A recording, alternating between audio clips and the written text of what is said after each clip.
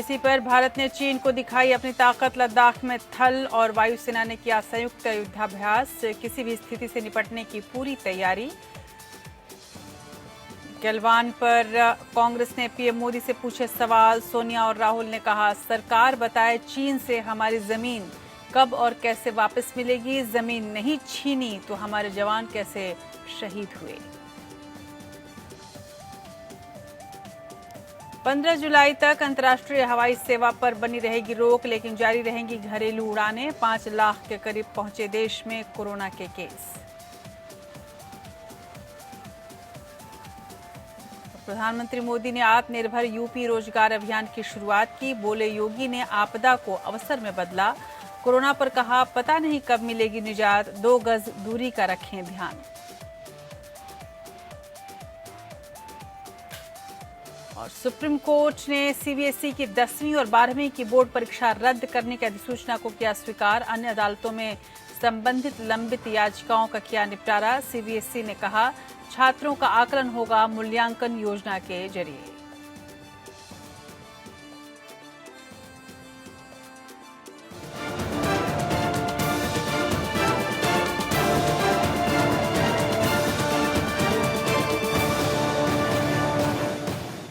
नमस्कार, आप देख रहे हैं देश की बात। मैं हूं राजश्री आपके साथ। चलिए शुरू करते हैं आज के देश की बात के इस सफर को। और आज हम आपको बता दें कि हम क्या कुछ लेकर आए हैं आपके लिए। केंद्र सरकार की मदद से यूपी में आत्मनिर्भर उत्तर प्रदेश रोजगार अभियान की शुरुआत हुई है। पीएम मोदी ने दिल्ली से इस अभियान की शुरुआत की है। इस योजना में कोरोना के कारण पलायन के बाद वापस लौटे श्रमिकों के अलावा स्किल्ड कामगारों को भी रोजगार मिलेगा। इस पूरे अभियान में क्या कुछ हुआ है, कैसे उन थके हारे श्रमिकों और कामगारों के चेहरे पर मुस्कान आई है, इसकी एक पूरी रिपोर्ट आपके सामने रखेंगे। और इनसे बात करते हुए प्रधानमंत्री मोदी ने क्या कहा है, किस तरह का संदेश दिया है, ये भी आपके सामने हम रखेंगे। प्रधानमंत्री मोदी के इन तमाम बातचीत के दौरान जो सबसे बड़ी बात रही, जो प्रधानमंत्री मोदी ने इन श्रमिकों के साथ, इन कामगारों के साथ बांटी है, वो ये है, एक ऐसी सीख जो जीवन की सीख बनकर सबके सामने आई है कि जीवन में मुश्किलें आती हैं, लेकिन इन बाधाओं से पार पाकर इंसान कैसे मजबूत बनता है, ये सबसे अहम है। प्रधानमंत्री मोदी ने इन श्रमिकों से आज बहुत कुछ सीखा भी और उन्हें बहुत कुछ बताया भी, बहुत कुछ बांटा भी। दोनों ही बातों को आपके सामने आज हम रखेंगे। इस बीच बड़ी खबर ये है कि इस पूरे प्रयास में सबसे ज़्यादा प्रशंसा यदि किसी की हुई है वो हुई है मुख्यमंत्री योगी आदित्यनाथ की, जो उत्तर प्रदेश के मुख्यमंत्री हैं। प्रधानमंत्री मोदी ने आज खुलकर उनकी प्रशंसा की है और कहा है कि यूपी के मुख्यमंत्री की एक खासियत रही कि उन्होंने आपदा को भी एक तरह से विकल्प में बदल लिया और इसका फ़ायदा किस तरह से उठाया जा सकता है, किस तरह से लोगों तक पहुंचा जा सकता है, इसकी कोशिश उन्होंने की है।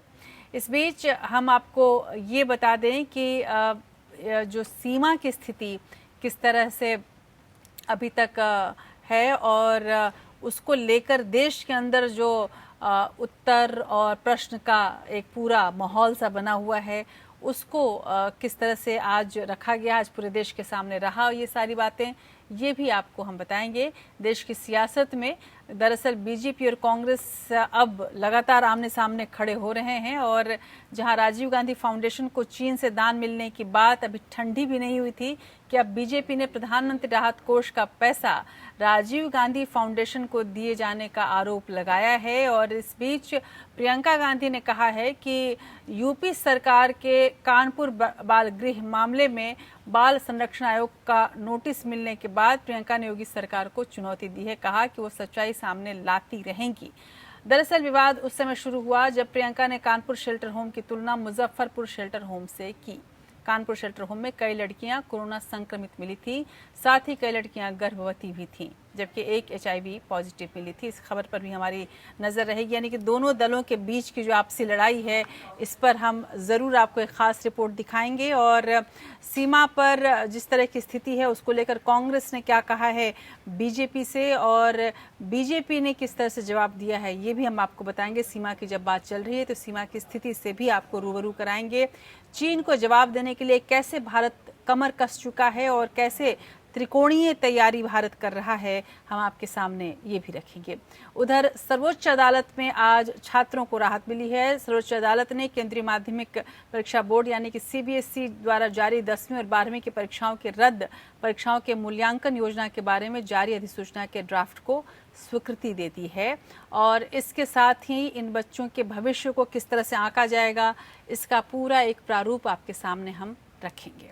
इन तमाम खबरों के साथ साथ हम आपको ये भी दिखाएंगे कि इस वक्त पूरे देश में यदि किसी कोरोना के बाद सबसे ज़्यादा चीज़ खाई जा रही है वो चीन की चिंता है और चीन जिस तरह से लगातार धोखे दे रहा है भारत को, ऐसे में हर भारतीय को इस बात की चिंता हो रही है कि आखिर हमारी सरकार इस देश से कैसे निपटेगी और इसके लिए हमारी सरकार की क्या तैयारी है, कैसे हम अपने जवान शहीदों के शहादत को जाया नहीं नहीं होने देंगे, इसके लिए क्या तैयारी है, ये सब कुछ हम आपके सामने आज रखेंगे।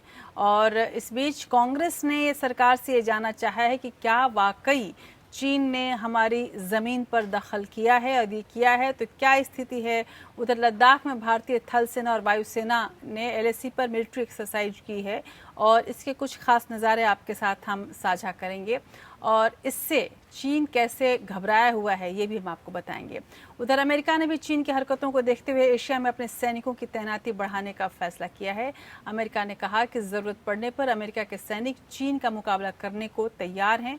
विदेश मंत्री माइक पोम्पियो ने कहा कि भारत और दूसरे दक्षिण एशियाई देशों की ज़मीन पर चीन की नज़र है और अमेरिका इस कदम को किस तरह से लिया जाना चाहिए और क्या इससे अमेरिका को फ़ायदा है, ये भी हम आपको समझाएंगे।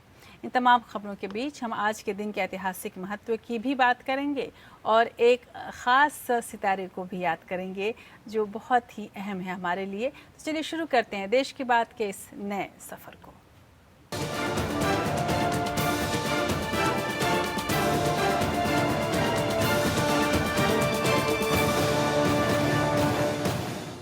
कोरोना संकट और लॉकडाउन की वजह से करोड़ों मजदूर अपने अपने घरों को वापस लौट आए हैं। अब उत्तर प्रदेश सरकार की ओर से वापस लौटे मजदूरों को यहीं पर काम दिया जा रहा है।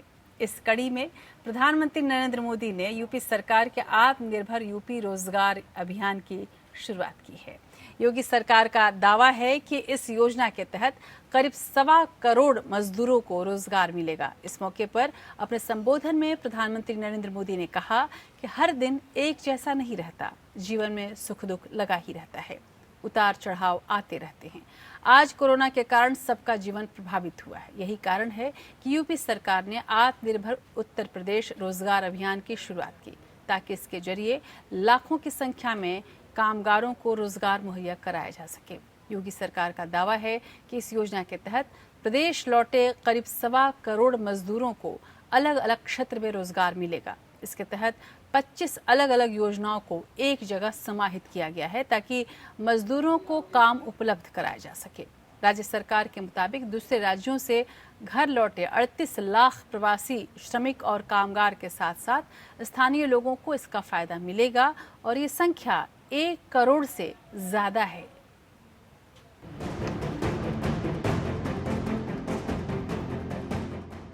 आत्मनिर्भर यूपी रोजगार अभियान के लाभार्थियों को संबोधित करते हुए पीएम मोदी ने कहा कि हम सबने अपने जीवन में कई उतार चढ़ाव देखे हैं। सामाजिक जीवन में कई तरह की कठिनाइयां आती है। किसी ने नहीं सोचा था कि पूरी दुनिया पर एक साथ इतना बड़ा संकट आएगा जिसमें चाहकर भी लोग मदद नहीं कर पा रहे हैं। ये किसी ने नहीं सोचा था कि पूरी दुनिया पर, पूरी मानव जाति पर एक साथ एक ही तरह का इतना बड़ा संकट आ जाएगा। एक ऐसा संकट जिसमें चाहकर भी लोग दूसरों की पूरी तरह मदद नहीं कर पा रहे हैं। पीएम मोदी ने कहा कि किसी को नहीं पता था कि इस बीमारी से कब मुक्ति मिलेगी, लेकिन लोगों की चिंता करना सरकार का काम है। लिहाजा आज केंद्र सरकार ने गरीब कल्याण रोजगार अभियान शुरू किया है और इसी की तरह यूपी में आत्मनिर्भर अभियान चल रहा है। सीएम योगी की तारीफ करते हुए प्रधानमंत्री ने कहा कि उन्होंने आपदा को अवसर में बदला है। संबोधन में पीएम मोदी ने कहा कि संकट के वक्त जो साहस दिखाता है उसे ही सफलता मिलती है। कोरोना काल में यूपी ने साहस दिखाया है। यहाँ इसलिए भी ध्यान देना जरूरी है क्योंकि यूपी कई देशों से बड़ा है। यूपी को जिस मुश्किल स्थिति में संभाला है आने वाले अनेक वर्षों तक उत्तर प्रदेश के हर बच्चा, हर परिवार इसको बड़े गर्वपूर्वक याद करेगा, आने वाली पीढ़ियां याद करेगी। इस अभियान को लॉन्च करने के दौरान पीएम मोदी ने दिल खोलकर सीएम योगी की तारीफ की। कहा, कोरोना से लड़ने में जैसी हिम्मत यूपी सरकार ने दिखाई है वो काबिले तारीफ है। एक दिन था जब इलाहाबाद के सांसद देश के प्रधानमंत्री थे और कुंभ के मेले में भगदड़ मची थी। तब सरकार ने मरने वालों की संख्या छुपाने में सारा जोर लगा दिया था, जबकि यूपी सरकार ने रिस्क उठाते हुए लाखों मजदूरों को वापस बुलाया। Bureau report. उधर आत्मनिर्भर यूपी के अंतर्गत 3 तरह के लोगों को काम मुहैया कराया जाएगा। पहला भारत सरकार का आत्मनिर्भर भारत रोजगार कार्यक्रम है। इसमें वो लोग शामिल हैं जिन लोगों को इस कार्यक्रम के जरिए रोजगार दिया जाएगा। दूसरा, राज्य सरकार ने औद्योगिक संगठनों के साथ एमओयू किया है। इसके तहत एमएसएमई सेक्टर में लोगों की नौकरी दी जाएगी। इसके अलावा स्वरोजगार को भी बढ़ावा दिया जाएगा। इसमें वो लोग होंगे जिन्होंने अपने कारोबार के लिए बैंकों और सरकारी योजनाओं से कर्ज लिया है।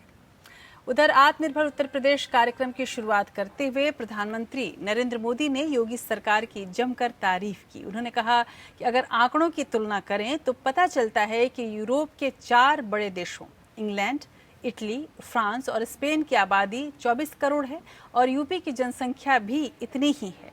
लेकिन इन देशों में कोरोना वायरस से 1,30,000 मौतें हुई हैं, जबकि यूपी में 600 लोगों की मात्र जान गई है। अगर सीएम योगी और उनकी टीम के लोगों ने सावधानी नहीं बरती होती तो आज यूपी में 600 नहीं बल्कि 85,000 लोगों की कोरोना से मौत हो जाती। यूरोप के 4 देशों का उल्लेख करता हूं, इंग्लैंड, फ्रांस, इटली, स्पेन। मैं इतने ही राज्यों की बात करता हूं। इन 4 देशों ने मिलकर अपने यहां जितने प्रयास किए, फिर भी उनके यहां यूपी से कई गुना ज्यादा लोगों की जाने गई। और कोई वहां के सरकारों को चिंता नहीं होगी ऐसा तो नहीं है, लेकिन फिर भी अपने नागरिकों को बचाने में उन्हें वो सफलता नहीं मिली जो सफलता आपको उत्तर प्रदेश को हासिल की है। उधर अपने संबोधन के दौरान पीएम मोदी कांग्रेस और इसकी सरकारों पर निशाना साधने से नहीं चूके। 1954 में हुए कुंभ में मची भगदड़ से हुई मौतों का जिक्र करते हुए पीएम मोदी ने कहा कि एक वो दिन था जब इलाहाबाद के सांसद देश के प्रधानमंत्री थे। ये इशारा पूर्व प्रधानमंत्री जवाहरलाल नेहरू की ओर था और कुंभ के मेले में भगदड़ मची तो हजारों लोग मारे गए। तब सरकार ने मरने वालों की संख्या छुपाने में सारा जोर लगा दिया था। लेकिन योगी सरकार ने कोरोना संकट के दौरान भी खतरा उठाते हुए लाखों मजदूरों को वापस बुलाया। अगर पहले की सरकारें होती तो अस्पताल की संख्या का बहाना बना देती। 1954 में जब कुंभ हादसा हुआ था तब जवाहरलाल नेहरू देश के प्रधानमंत्री थे।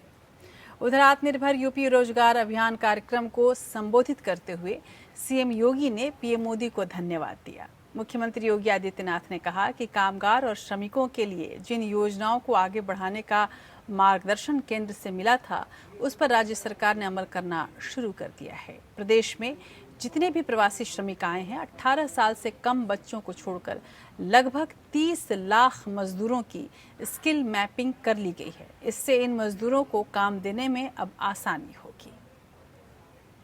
प्रदेश में जितने भी कामगार और श्रमिक आए थे इनमें से 18 वर्ष से कम के बच्चों को छोड़ दें तो शेष 30,47,000 कामगार और श्रमिकों का कुशलतापूर्वक स्किल मैपिंग करने का कार्य संपन्न हुआ, जिनमें 24,75,000 कृषि कार्य से जुड़े हुए, कंस्ट्रक्शन के कार्य से जुड़े हुए और रियल एस्टेट से जुड़े हुए कामगार और श्रमिक थे। 92,000 से अधिक विभिन्न उद्योगों में कार्य करने वाले श्रमिक निकले। उधर यूपी में 30 लाख से अधिक प्रवासियों की वापसी और लॉकडाउन के दौरान काम बंद होने से बेरोजगार हुए कामगारों के समायोजन के लिए सीएम योगी आदित्यनाथ ने अधिकारियों से व्यापक कार्य योजना बनाने को कहा था। इसके बाद मनरेगा, एमएसएमई, शौचालय और घर निर्माण परियोजनाओं और ग्राम्य विकास से जुड़े विभिन्न कार्यक्रमों को केंद्रित करके 1.25 करोड़ लोगों के रोजगार का रास्ता तलाशा गया। ये अपने आप में एक बड़ी उपलब्धि थी। देखिए रिपोर्ट।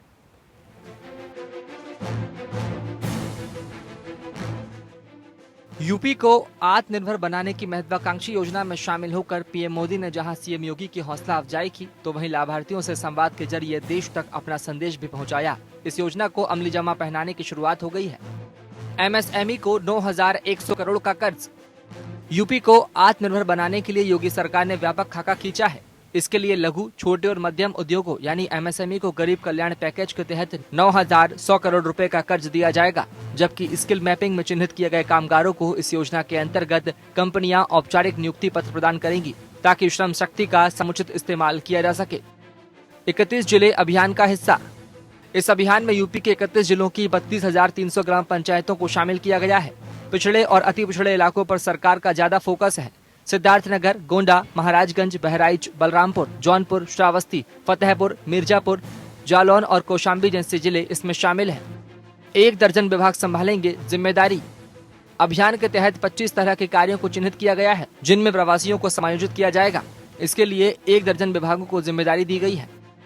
इनमें ग्राम्य विकास, पंचायती राज, सड़क परिवहन, खनन, रेलवे, पेयजल और स्वच्छता, पर्यावरण एवं वन, पेट्रोलियम और नेचुरल गैस जैसे विभाग शामिल हैं। केंद्र व प्रदेश दोनों ही आपस में समन्वय करके 31 जिलों में रोजगार अभियानों को गति देंगे। योजना के तहत 1.25 करोड़ कामगारों के नियोजन की शुरुआत होगी। कामगारों को निजी निर्माण कंपनियों से नियुक्ति पत्र मिलेंगे। 2,40,000 इकाइयों को आत्मनिर्भर भारत के तहत 5,900 करोड़ के कर्ज का वितरण किया जाएगा।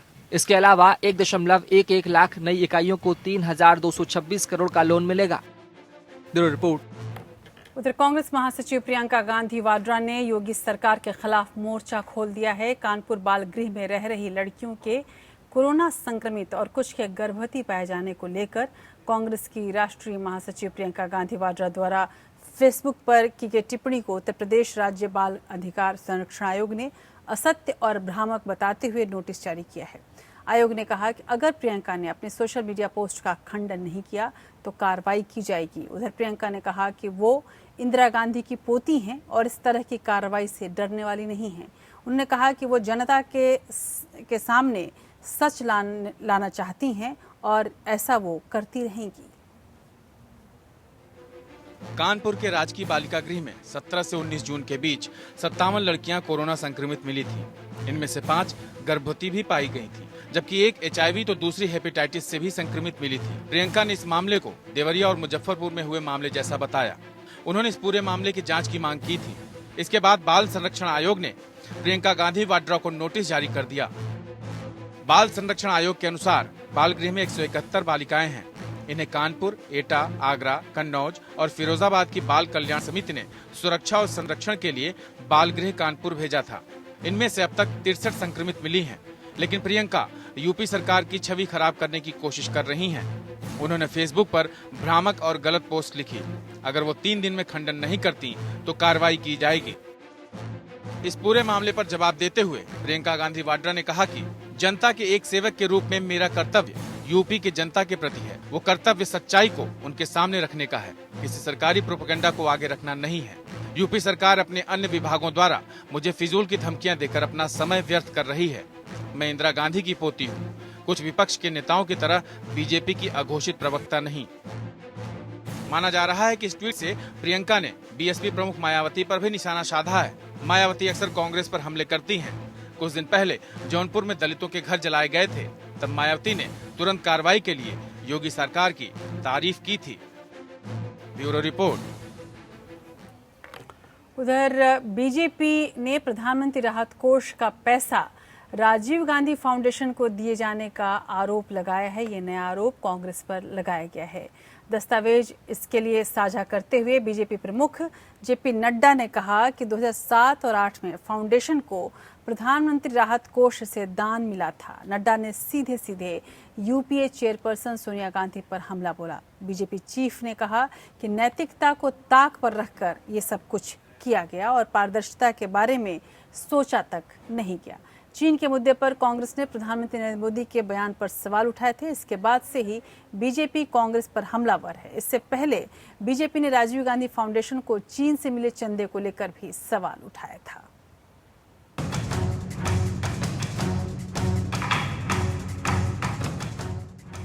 कांग्रेस बीजेपी में चीन के मुद्दे पर शुरू हुई बहस अब वंशवाद और भ्रष्टाचार के आरोपों तक पहुंच गई है। बीजेपी अध्यक्ष जेपी नड्डा ने लगातार दूसरे दिन गांधी परिवार पर निशाना साधा। उन्होंने कहा कि यूपीए सरकार के समय प्रधानमंत्री नेशनल रिलीफ फंड का पैसा राजीव गांधी फाउंडेशन को दिया गया था। नड्डा के मुताबिक सोनिया गांधी उस समय प्रधानमंत्री नेशनल रिलीफ फंड के बोर्ड में थी और राजीव गांधी फाउंडेशन की अध्यक्ष भी थी। नड्डा ने आरोप लगाते हुए कहा कि देश के लोगों ने अपनी मेहनत की कमाई प्रधानमंत्री नेशनल रिलीफ फंड में इसलिए दान दी थी ताकि जरूरत के वक्त जनता की मदद की जा सके, लेकिन इस फंड की रकम को एक परिवार के फाउंडेशन की तरफ मोड़ना न सिर्फ फ्रॉड है बल्कि देश की जनता से धोखा भी है। अपने फायदे के लिए की गई इस बेरोक-टोक लूट पर कांग्रेस के राजवंश को माफी मांगनी चाहिए। इससे पहले राजीव गांधी फाउंडेशन को चीन की सरकार से मदद मिलने पर भी विवाद हो चुका है। फाउंडेशन की सालाना रिपोर्ट के मुताबिक साल 2005 से 6 में राजीव गांधी फाउंडेशन को पीपल्स रिपब्लिक ऑफ चाइना की सरकार और चीनी दूतावास से 2 अलग-अलग दानकर्ताओं के रूप में दान मिला। चीनी दूतावास को सामान्य दाताओं की सूची में रखा गया। Bureau report. उधर प्रधानमंत्री राष्ट्रीय राहत कोष यानी PMNRF पूरी तरह से जनता के पैसों पर चलता है। इसे बजट से कोई समर्थन नहीं मिलता। इसमें दिए जाने वाले दान पर इनकम टैक्स नहीं लगता। प्रधानमंत्री राष्ट्रीय राहत कोष का पैसा आपदा राहत से लेकर जरूरतमंदों और बीमारों की मदद में खर्च होता है। दूसरी तरफ पूर्व प्रधानमंत्री राजीव गांधी के नाम पर 1991 में राजीव गांधी फाउंडेशन बनाया गया। इसके बोर्ड में पूर्व प्रधानमंत्री मनमोहन सिंह, पूर्व कांग्रेस अध्यक्ष राहुल गांधी, पूर्व वित्त मंत्री पी चिदम्बरम और कांग्रेस महासचिव प्रियंका गांधी भी शामिल हैं। ये फाउंडेशन स्वास्थ्य, साक्षरता, विज्ञान और प्रौद्योगिकी, महिला बाल कल्याण जैसे मुद्दों पर काम करता है। उधर देश में कोरोना संक्रमितों की बात कर लेते हैं। देश में कोरोना संक्रमितों की संख्या 4,91,861 हो गई है, यानी कि लगभग 5 लाख। इस बीच directorate general of civil aviation यानी DGCA ने बताया है कि अंतर्राष्ट्रीय उड़ानें 15 जुलाई तक बंद रखी जाएंगी। लॉकडाउन के दौरान 23 मार्च को उड़ानों पर रोक लगाई गई थी। इससे पहले रेलवे ने 25 जून को कहा था कि 12 अगस्त तक ट्रेनों का नियमित संचालन नहीं होगा। इस दौरान केवल स्पेशल ट्रेनें ही चलाई जाएंगी। 30 जून तक ट्रेन संचालन कैंसिल करने का फैसला लिया गया था। ऐसे में अगर किसी ने 1 जुलाई से 12 अगस्त तक टिकट बुक किया होगा तो उसे फुल रिफंड दे दिया जाएगा। इधर असम ने गुवाहाटी और कामरूप जिलों में 14 दिन के लॉकडाउन का ऐलान किया है। 28 जून की आधी रात से लागू हो जाएगा। उधर तबलीगी जमात गतिविधियों में कथित संलिप्तता के लिए ब्लैकलिस्ट करने के गृह मंत्रालय के फैसले को चुनौती देने वाले विदेशी नागरिकों को सुप्रीम कोर्ट ने याचिका के प्रति केंद्र सरकार को देने के निर्देश दिए हैं। Justice AM Khanwilkar, justice Dinesh Maheshwari, justice Sanjiv Khanna की पीठ ने कहा है कि उनकी दलीलों पर सोमवार को सुनवाई की जाएगी। याचिकाकर्ताओं की ओर से पेश वरिष्ठ वकील सलमान खुर्शीद ने कहा कि याचिकाकर्ताओं को वीजा रद्द करने के व्यक्तिगत आदेश नहीं दिए गए हैं। सरकार के फैसले को असंवैधानिक घोषित करने के अलावा ये प्रार्थना भी की गई है कि याचिकाकर्ताओं के नाम ब्लैकलिस्ट से हटाए जाएं और उनके वीजा बहाल किए जाएं। ये भी अनुरोध किया गया है कि विदेश मंत्रालय को निर्देश दिया जाए कि वो संबंधित देशों में याचिकाकर्ताओं की वापसी की सुविधा प्रदान करे। दरअसल तबलीगी जमात गतिविधियों में कथित संलिप्तता के लिए विभिन्न देशों के विदेशियों को ब्लैकलिस्ट करने के गृह मंत्रालय के फैसले को 7 विदेशी नागरिकों ने इस कदम की संवैधानिकता को चुनौती देते हुए सुप्रीम कोर्ट का दरवाजा खटखटाया है। याचिकाकर्ताओं ने ये भी बताया कि इस फैसले के बाद 4 अप्रैल को सरकार ने भारत में मौजूद 2500 विदेशियों को 10 साल की अवधि के लिए भारत की यात्रा से ब्लैकलिस्ट कर दिया है, लेकिन इसके बारे में कोई प्रेस विज्ञप्ति जारी नहीं की गई है। उधर सुप्रीम कोर्ट ने केंद्रीय माध्यमिक परीक्षा बोर्ड यानी कि CBSE द्वारा जारी 10वीं और 12वीं की परीक्षाओं की रद्द परीक्षाओं के मूल्यांकन योजना के बारे में जारी की गई अधिसूचना के ड्राफ्ट को स्वीकृति देती है। CBSE ने कहा है कि वो एक मूल्यांकन योजना के आधार पर छात्रों का मूल्यांकन करेगा।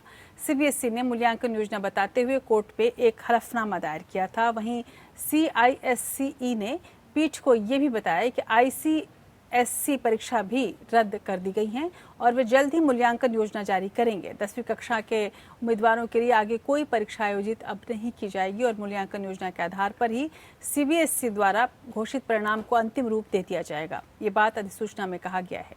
Justice AM Khanwilkar, justice Dinesh Maheshwari, justice Sanjiv Khanna की पीठ ने CBSE और ICSE के हलफनामों को ध्यान में रखते हुए इन याचिकाओं का निपटारा किया। याचिका छात्र छात्राओं के माता पिता के एक समूह द्वारा दायर की गई थी, जिन्होंने जुलाई में शेष बोर्ड परीक्षा आयोजित करने के लिए CBSE के कदम को चुनौती दी थी। सीधे लिए चलते हैं आपको सरहद पर। गलवान में भारत और चीन के सैनिकों की झड़प पर इस वक्त सरहद पर तो तनाव की स्थिति है ही, देश में भी तमाम जो पार्टियां हैं वो एक दूसरे से भिड़ी हुई दिख रही हैं। विशेषकर कांग्रेस लगातार केंद्र सरकार पर हमलावर रुख अख्तियार किए हुए है। कांग्रेस अध्यक्षा सोनिया गांधी और पूर्व अध्यक्ष राहुल गांधी ने केंद्र सरकार से सवाल किए हैं। सोनिया ने कहा है कि अगर हमारी जमीन चीन ने नहीं हथियाई है तो हमारे जवान कैसे शहीद हो गए। वहीं राहुल ने यह भी कहा कि प्रधानमंत्री नरेंद्र मोदी को सच बोलना चाहिए। अपने बयान में सोनिया गांधी ने कहा कि आज जब हम अपने शहीदों को श्रद्धांजलि दे रहे हैं तो भारत ये जानना जरूर चाहता है कि कैसे और क्यों हमारे 20 जवान शहीद हुए। उन्होंने कहा कि अगर लद्दाख में हमारी क्षेत्रीय संप्रभुता को चीन ने चुनौती दी है तो क्या प्रधानमंत्री सीमा के हालात पर पूरे देश को भरोसा दिलाएंगे। राहुल गांधी ने कहा कि प्रधानमंत्री को बिना डरे देश की जनता से सच बोलना चाहिए। पूरा देश एक साथ खड़ा है। कांग्रेस अध्यक्ष सोनिया गांधी और राहुल गांधी ने सोशल मीडिया पर कांग्रेस की ओर से चलाए जा रहे अभियान speak up for our jawans में वीडियो संदेश के जरिए अपनी बात रखी। कुछ दिन पहले हमारे प्रधानमंत्री जी ने कहा था कि हिंदुस्तान की 1 इंच जमीन किसी ने नहीं ली, कोई हिंदुस्तान के अंदर नहीं आया। मगर सुनने को मिल रहा है, लोग कह रहे हैं, सैटेलाइट फोटोग्राफ्स में दिखाई दे रहा है, लद्दाख की जनता कह रही है, आर्मी के रिटायर्ड जनरल्स कह रहे हैं कि चाइना ने हमारी ज़मीन छीनी है। एक जगह नहीं बल्कि 3 जगह चाइना ने हमारी ज़मीन छीनी है। प्रधानमंत्री जी, आपको सच बोलना ही पड़ेगा। रोज वही झूठे सवाल करके भारत की जमीन की आक्रमण होने की दावा करके आप चाइना के प्रोपेगेंडा आर्म के तरह काम कर रहे हैं। एक इंच की भारत की भूमि सुरक्षित है, किसी दूसरे देश की उस पर कब्जा नहीं है और मोदी जी की सरकार होते हुए ऐसा संभव भी नहीं है। यदि किसी का आक्रमण हुआ है, ये गांधी परिवार का, उनकी इंटेग्रिटी का आक्रमण हुआ है। कांग्रेस परिवार के, गांधी परिवार के बुद्धि पर आक्रमण हुआ है। उधर चीन की एशिया में बढ़ती दादागिरी के खिलाफ अमेरिका ने कड़ा रुख अख्तियार कर लिया है। अमेरिका ने यूरोप से अपनी सेना हटाकर एशिया में तैनात करने का फैसला किया है। इसकी शुरुआत वो जर्मनी से करने जा रहा है। माना जा रहा है कि अमेरिका जर्मनी में तैनात 52,000 अमेरिकी सैनिकों में से 9,500 सैनिकों को एशिया में तैनात करेगा। अमेरिका ये कदम ऐसे समय उठा रहा है जब चीन ने भारत में पूर्वी लद्दाख में वास्तविक नियंत्रण रेखा LAC के पास तनावपूर्ण स्थिति पैदा कर रखी है, तो दूसरी ओर वियतनाम, इंडोनेशिया, मलेशिया, फिलीपींस और साउथ चाइना सी में खतरा बना हुआ है। अमेरिका के विदेश मंत्री माइक पॉम्पियो ने चीन को भारत और दक्षिण पूर्व एशिया के लिए खतरा बताया है। उन्होंने कहा है कि भारत समेत दूसरे एशियाई देशों को चीन से बढ़ते खतरे के मद्देनजर अमेरिकी दुनिया भर में अपने सैनिकों की तैनाती की समीक्षा कर उन्हें इस तरह से तैनात कर रहा है कि वो जरूरत पड़ने पर पीपुल्स लिबरेशन आर्मी का मुकाबला कर सकें।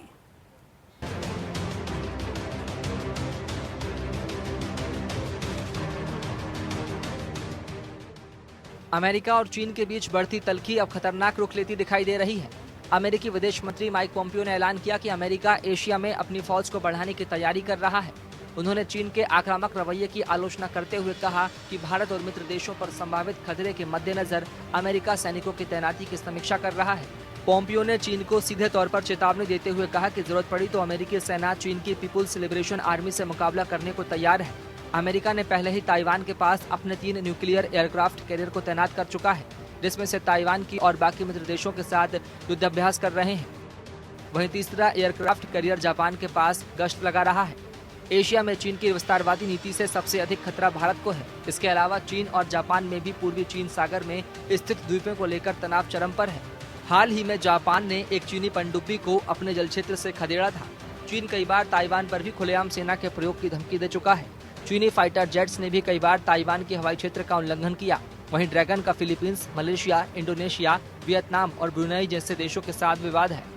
माइक पोम्पियो साहब जो सेक्रेटरी ऑफ स्टेट है यूनाइटेड स्टेट्स, वो प्रेसिडेंट की तरफ से बोली देते हैं, कुछ बोलते हैं। तो अभी उन्होंने बोला है कि हमारे जो ट्रूप्स हैं यूरोप में, मेरे ख्याल 50-60 हज़ार ट्रूप हैं, इटली, जर्मनी, जहाज हैं और हवाई जहाज हैं उधर, वो सोच रहे हैं कि वो पूर्व की तरफ ले जाएं। उनका पिवट टू द ईस्ट पहले हुआ था, और ये कहते हैं ये इस वजह से है कि वहाँ जो भारत और चीन के साथ बॉर्डर पे हो रहा है, साउथ चाइना सी में हो रहा है, ताइवान को धमकी दे रहे हैं, हांगकांग में जो हो रहा है, वियतनाम को साउथ चाइना सी वगैरह की धमकी दे रहे हैं, उसकी वजह से चाइना एक रोग एक्टर है।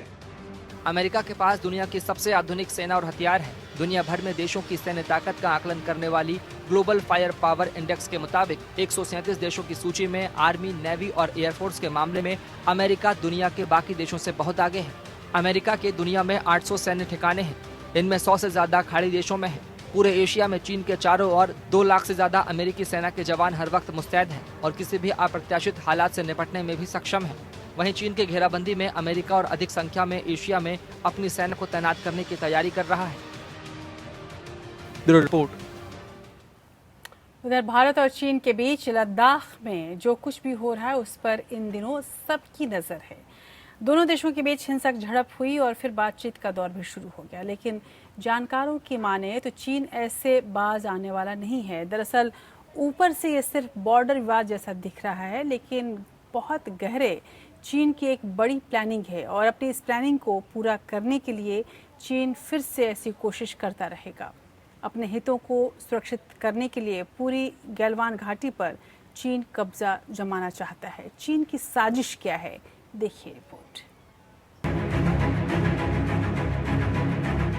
पूर्वी लद्दाख के पैंगोंग सो की तरह डेपसोंग के वाई जंक्शन पर भी चीन सैन्य जमावड़ा कर उत्तरी लद्दाख से गुजरने वाली नियंत्रण रेखा LAC के अति संवेदनशील इलाके में भारत की गश्त पर अंकुश लगाने की फिराक में है। अगर रोका नहीं गया तो वाई जंक्शन पर रहते हुए चीनी सेना पेट्रोलिंग पॉइंट 10 से पेट्रोलिंग पॉइंट 13 तक भारत के लिए अवरोध पैदा कर सकती है। चीन ने ऐसा ही पैंगोंग सो के भारतीय कब्जे वाले फिंगर 4 से फिंगर 8 तक के इलाके में किया है। डेपसोंग वाई जंक्शन से दौलत बेग ओल्डी DBO 30 किलोमीटर दूर है। DBO में ही भारत वायुसेना का बेस और सेना का महत्वपूर्ण ठिकाना है। अगर चीन PP-10 और PP-13 के बीच बैठ जाता है तो दौलत बेग ओल्डी से सिर्फ 7 किलोमीटर दूर तक पहुंचकर और मजबूत हो सकता है। साल 2013 में भी चीनी सेना इसी वाई जंक्शन पर जमा हुई थी और भारतीय सेना से हफ्तों तनातनी रही थी। हालांकि बाद में चीन को पीछे हटना पड़ा था। डेपसोंग से गुजरने वाला LAC पर घुमावदार पहाड़ों के जाल में एक जगह ऐसी आती है जो अंग्रेजी से वाई अक्षर जैसी है। इसके एक तरफ डेपसोंग है और दूसरी तरफ DBO है। चीन ऐसी जगह बैठना चाहता है जहां से दोनों रास्तों को रोका जा सके। हालांकि कुछ विशेषज्ञों का मानना है कि डेपसोंग में चीनी सेना की तैनाती ध्यान भटकाने की कोशिश है। डेपसोंग, काराकोरम और दुनिया की सबसे ऊंची हवाई पट्टी DBO के पास है।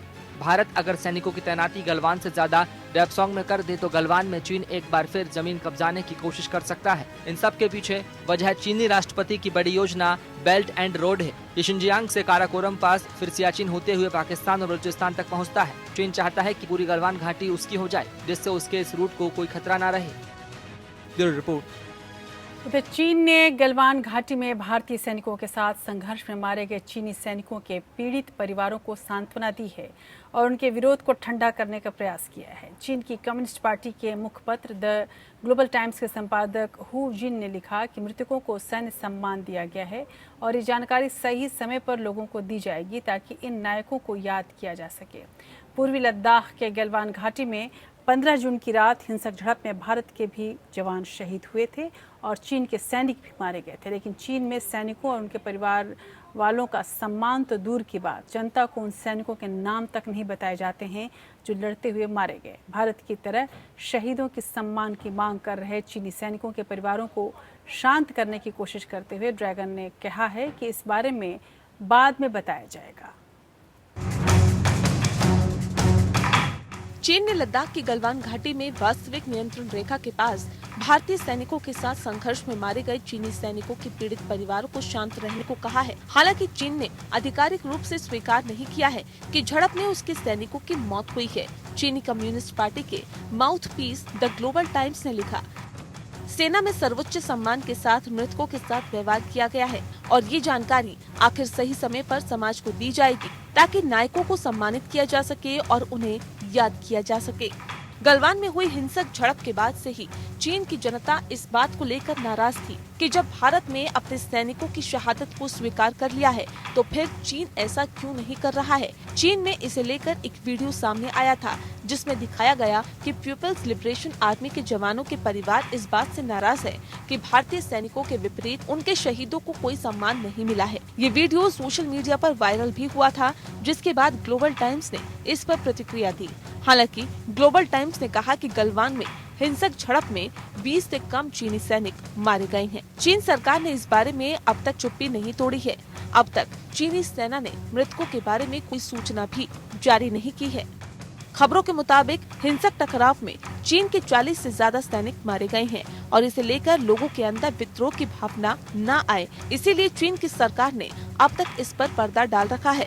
वैसे भी झूठे आंकड़े पेश करने में चीन अव्वल है, लेकिन ग्लोबल टाइम्स को मजबूरी में ही सही ये तो मानना ही पड़ेगा कि धोखे से किए गए हमले में उसके सैनिकों की जान गई है। Bureau report.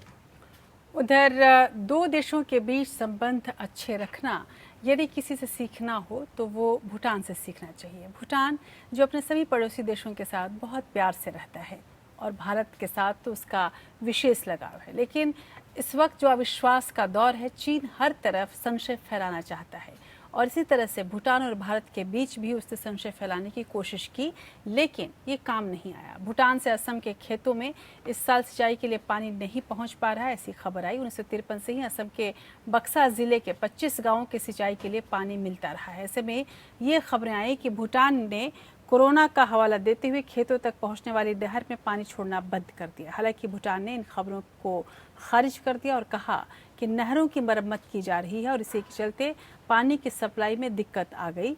भारी बारिश से भूटान में सिंचाई से जुड़ी सुविधाओं पर असर हुआ है, साथ ही नहर में काफ़ी गंदगी जम गई है। ऐसे में असम को पानी मिलने में थोड़ी मुश्किलें आ रही है। जल्द ही सामान्य स्थिति को बहाल कर लिया जाएगा।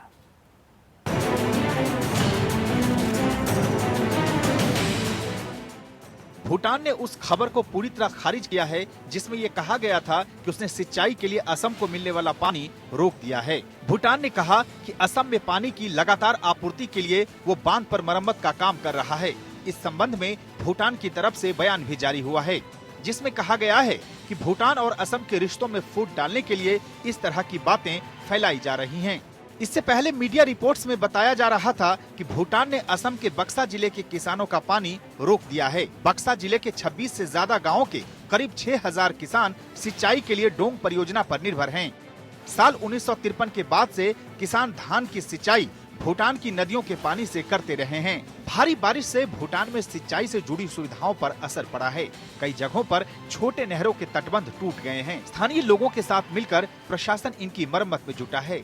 असम के किसानों तक पानी नहीं पहुंच पाने की यही एकमात्र वजह है। धान के मौसम में हर साल बक्सा के किसान भारत भूटान सीमा पर समद्रूप जोंगखार इलाके में जाते हैं और काला नदी का पानी सिंचाई के लिए लाते हैं। Bureau report. उधर भारत विरोधी रुख अपनाए हुए नेपाली प्रधानमंत्री केपी शर्मा ओली अब संसद में हिंदी भाषा को प्रतिबंधित करने पर विचार कर रहे हैं। सत्तारूढ़ नेपाल कम्युनिस्ट पार्टी में मई में मचे घमासान और देश में सरकार के खिलाफ जारी गुस्से से ध्यान भटकाने के लिए पीएम ओली अब उग्र राष्ट्रवाद का प्रयोग कर रहे हैं। नेपाली सरकार पहले से ही भारत के साथ सीमा विवाद और नागरिकता को लेकर कड़े तेवर दिखा चुकी है। हालांकि सांसद और मधेश नेता सरिता गिरी ने नेपाल सरकार के इस फैसले को लेकर सदन के अंदर जोरदार विरोध किया। इस बीच प्रधानमंत्री केपी शर्मा ओली की पकड़ पार्टी पर छूटती जा रही है। स्टैंडिंग कमेटी की बैठक में ज्यादातर सदस्यों ने पीएम ओली से इस्तीफे की मांग की। हालांकि ओली ने इस्तीफा देने से मना किया है। भारत विरोधी रुख पर कायम नेपाली प्रधानमंत्री केपी शर्मा ओली अब संसद में हिंदी भाषा को प्रतिबंधित करने पर विचार कर रहे हैं। सत्तारूढ़ नेपाल कम्युनिस्ट पार्टी में मचे घमासान और देश में सरकार के खिलाफ जारी गुस्से से ध्यान भटकाने के लिए पीएम ओली अब उग्र राष्ट्रवाद का प्रयोग कर रहे हैं। नेपाली सरकार पहले से ही भारत के साथ सीमा विवाद और नागरिकता को लेकर कड़े तेवर दिखा चुकी है। इस बीच जनता समाजवादी पार्टी की सांसद और मधेश नेता सरिता गिरी ने नेपाल सरकार के इस फैसले को लेकर सदन के अंदर जोरदार विरोध किया। उन्होंने कहा कि ऐसा करके सरकार तराई और मधेशी क्षेत्र में कड़े विरोध को आमंत्रित कर रही है। उन्होंने ओली सरकार से पूछा कि क्या इसके लिए चीन से निर्देश आए हैं। वैसे नेपाली सरकार के लिए हिंदी भाषा को बैन करना आसान नहीं होगा। नेपाली के बाद इस हिमालयी देश में सबसे ज्यादा मैथिली, भोजपुरी और हिंदी बोली जाती है। नेपाल के तराई क्षेत्र में रहने वाली ज्यादातर आबादी भारतीय भाषाओं का ही प्रयोग करती है। ऐसी स्थिति में अगर नेपाल में हिंदी को बैन करने के लिए कानून लाया जाता है तो तराई क्षेत्र में इसका विरोध देखने को मिल सकता है। ओली सरकार की इस पूरी कवायद को उनकी गिरती साख और सत्ता से छूटती पकड़ से जोड़कर देखा जा रहा है। मौजूदा ओली सरकार न सिर्फ भ्रष्टाचार के मुद्दे पर घिरी हुई है, बल्कि कोरोना संकट से निपटने में उसकी नाकामी से भी लोग नाराज हैं। आलम यह है कि प्रधानमंत्री केपी शर्मा ओली की पार्टी अब टूट के कगार पर पहुंच गई है। नेपाल के सत्ताधारी कम्युनिस्ट पार्टी के कार्यकारी चेयरमैन पुष्प कमल दहल प्रचंड ने पीएम ओली की आलोचना के बाद उनसे अब इस्तीफे की मांग की है। प्रचंड ने ओली को चेतावनी देते हुए कहा है कि अगर पीएम ने इस्तीफा नहीं दिया तो वो पार्टी को तोड़ देंगे। Bureau report. और अब देखते हैं आज के दिन के ऐतिहासिक महत्व को।